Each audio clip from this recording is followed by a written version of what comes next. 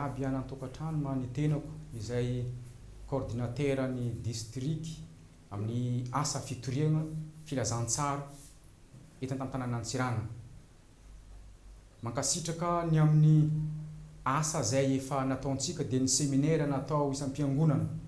Nefa kosa magnoloana ny asa lehibe zay mbola miandratsika ny Pentecoste 2022 tiako ny agnentana atsika isam-piangonana mba samby anatanteraka izany asa fitoriana filazantsara zegny.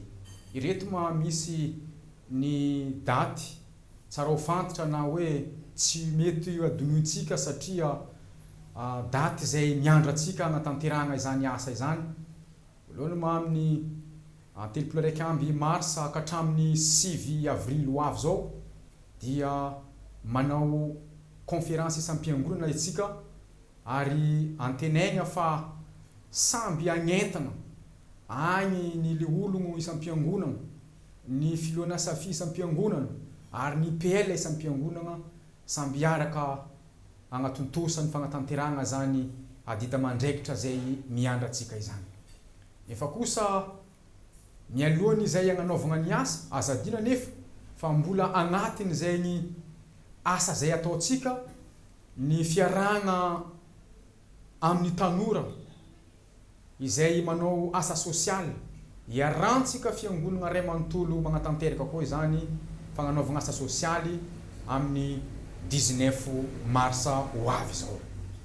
Fa ny 20 avril ka hatramin'ny 23 avril kosa dia ny conférence lehibe izay atao eto district ny Antsiranana misy atsika ity ka ampatsahivigny atsika tsarakaraiky avy indrindra fa ny PL sy ny pastora eo anivony fiangonana mba samby anatanteraka izany fagnanaovana asa fitoriana filazantsara izany.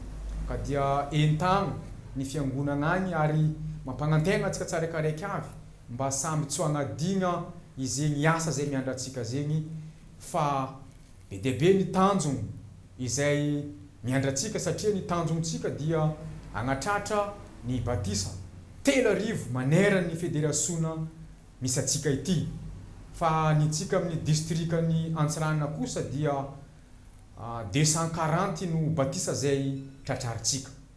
Ka entagny atsika mba samby anao ezaka farantampony afagna magnatanteraka izany asa fitoriana filazantsara izany. Ka dia miraro soa ho atsika tsarakaraiky avy mankasitraka tompo. Ka dia manao veloma antsika jiaby.